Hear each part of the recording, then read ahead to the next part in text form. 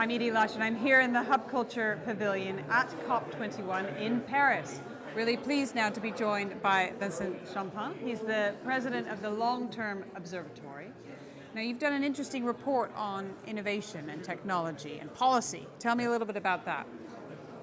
Basically, the idea of this report is simple, is that if we want to reduce CO2 emissions at the lowest possible cost, what we'll need is to invent many different possibilities to reduce CO2 at very, very low cost. And if you had asked the question 100 years ago to an economist at the Dickens time, and if you asked him how much does it cost to stop child labor, to stop working Saturdays and Sundays, they would have made an estimate, maybe 20-30% of GDP as a cost.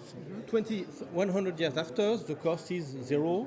You have more goods, higher quality, more choice. And why is it so?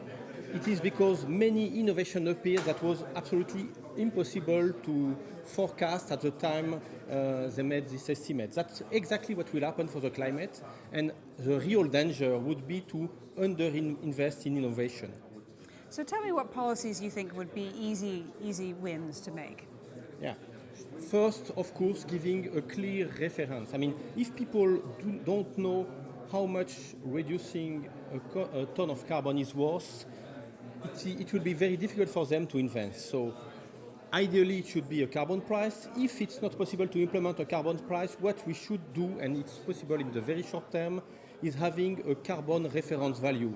So having a group, for example, at IPCC, telling people what is the economic cost of the ton of CO2. Even if it's not implemented into a price, it's very important for innovators to know how much is a ton of CO2 avoided is. And what's something that you'd love to see done but it's quite difficult? What I would see done is increasing the investment in technology. If you look at the number, you see that the share of patents dedicated on climate policies has been decreasing since 2008.